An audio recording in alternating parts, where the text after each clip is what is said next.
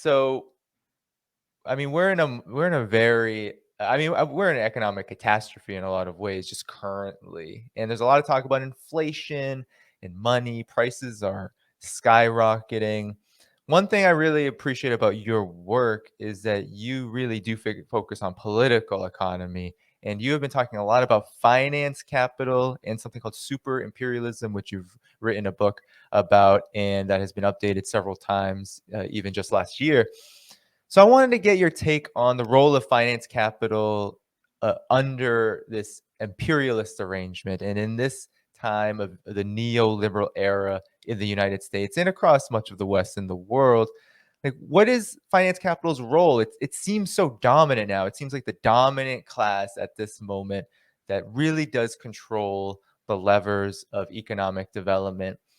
Could you talk about what role it plays and how it has spurred the crises that we're going through today? And you could talk about inflation, but I definitely want to just kick it to you there so our viewers can get an understanding of the economics and the analysis of this. So I'll kick it to you. Well, most people think of all kinds of capitalism as being the same. And the assumption is that industrial capitalism of the 19th century somehow was always financialized because there were always banks. But financial capitalism, is you just pointed out, is a political system. And as a political system, it's very different from the industrial capitalism dynamic. In industrial capitalism, the whole aim or the hope of the industrial capitalists in the late 19th century, especially in Germany and Central Europe, was that banking would no longer be just usury. It wouldn't be just consumer lending to exploit labor. It wouldn't be lending to government. Somehow, the financial system would recycle the economy's savings and money creation and credit into industrial production and would finance the means of production to make that productive instead of predatory and parasitic as it became. And that seemed to be the way that industrial capitalism was evolving up until World War I. Everything changed after that. All of a sudden, you had the financial system take over as a result of the crisis caused in the 1920s by the German reparations debt that couldn't be paid and the inter-allied debt that was insisted upon to repay the United States for the arms that it supplied Europe before its entry into World War I. Well, the result was a huge depression. The Allies said, well, we didn't expect to actually have to pay the United States. If we have to pay the United States, then we have to charge reparations on Germany. And for a decade, there was a debate between John Maynard Keynes and Harold Moulton and others saying that these debts can't be paid. How are you going to handle a situation where the debts can't be paid? And the finance capitalists were basically the ancestors of today's neoliberals. They said any amount of debt can be paid by any country if it just lowers the living standards and squeezes labor enough. And that's what basically the philosophy of the IMF ever since World War II. When third world countries can't pay the debt, the IMF comes in with an austerity program and say, you have to lower wages, you have to break up labor unions. If necessary, you have to have a democracy, and you can't have a democracy unless you're willing to assassinate and arrest the labor leaders and the advocates of land redistribution. Because a democracy means basically rule by the financial sector centered in the United States. And so finance capitalism, ever since World War I, and especially World War II, and especially since 1980, is the nationalistic doctrine of American banks and the American 1%, the American financial sector that is sort of merged into a symbiotic unit with finance, insurance, and real estate. And other words, the 1% of the population. So finance capitalism, instead of trying to promote overall economic growth, for the 99%. Instead of financing the industrialization of an economy with rising productivity and rising living standards, finance capitalism is now cannibalizing the industrial sector, cannibalizing the corporate sector, as you're seeing in the United States. Finance capitalism is the economic doctrine of deindustrialization that has occurred in America, in England, and is now occurring in Europe. Well, the problem is, how do you survive if you're not industrializing, if you're not producing your own means of subsistence, and how are you going to get this from other countries? Well, the answer is you don't go to war with them like countries used to go to war with each other to grab their money and their land. You use finance as the new means of war. So finance capitalism is the tactic of economic warfare by the United States against Europe and the global South to sort of draw all of the economic surplus of these countries in the form of debt service. And the debt service is supplied by basically economic rent seeking, land rent, natural resource rent, and just plain interest charges on the economy. So none of these are really the result of industrial profits that are made by employing labor and selling its products at a markup. Finance capitalism is not based on surplus value like industrial capitalism was. In fact, it destroys industry, and in cannibalizing industrial capital, it basically dries out the economy and makes it unable to break even or even to function. And in the United States today, for instance, if you look at the balance sheets of the Standard and Poor 500, 92% of corporate revenue in the United States is spent on stock buybacks. You buy back your own stock, or dividend payouts. Only 8% of corporate earnings are spent on new capital investment, research and development, factories, machinery, means of production to employ labor.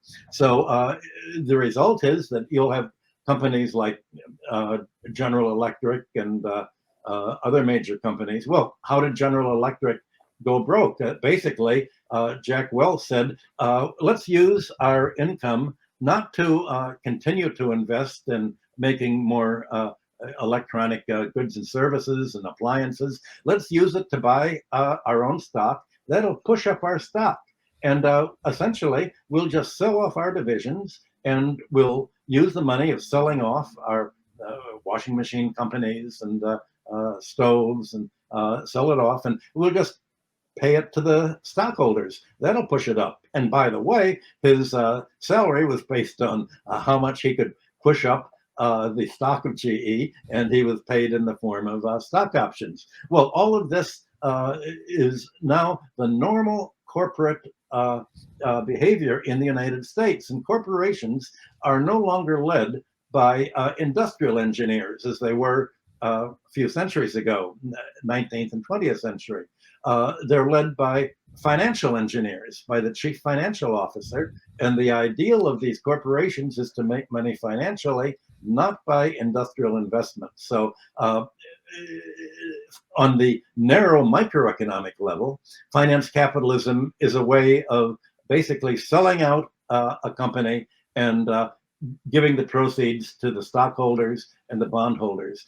But as a political system, because it is so destructive of the economy, as you've seen in the United States and you've seen in Britain, deindustrializing, it becomes a belligerent attempt to make other countries just as equally paralyzed, to make other countries pay tribute to the United States and England and the financialized economies by means of financial engineering, by means of debt service, by means of selling their mineral resources, their public utilities, their land, their roads, all to foreign investors basically who borrow the money that's just simply created in the United States, and to save all of their money in the form their central bank reserves in the forms of loans to the U.S. Treasury, holding Treasury bonds, which is how the international monetary system worked until just a few months ago, when everything changed. So if you're England and America right now, you can look at President Biden's speeches. And he said, well, China is our number one enemy because it's competing unfairly. China is actually subsidizing industrial development by having its own infrastructure. It gives free education instead of privatizing education and making its labor pay for it. It has public health instead of privatizing social medicine like we do in the United States and making employers and workers pay for it. Well, industrial capitalism in the 19th century was all in favor of strong government infrastructure. The ideal of industrial capitalism was to keep the wage costs of production down, not by reducing wages, but having government provide basic infrastructure to cover the basic needs of employees. The governments would provide free education so that employers didn't have to pay for it. The governments would provide medical care so that employees didn't have to pay for it, and employers wouldn't have to pay employees enough money to cover the education costs and to cover the medical care costs. The government would build roads and infrastructure and everything to facilitate the overall cost of doing business by industrial capital. Well, finance capitalism is just the reverse. Finance capitalism wants to privatize and take education, medical care, roads, turn the roads into toll roads, may take all of these and privatize them and make them financial corporations that will essentially pay out their economic rent to the bondholders and the stockholders. And this economic rent adds to the cost of education and everything else that workers need to live on. So the result is to make it a high cost economy.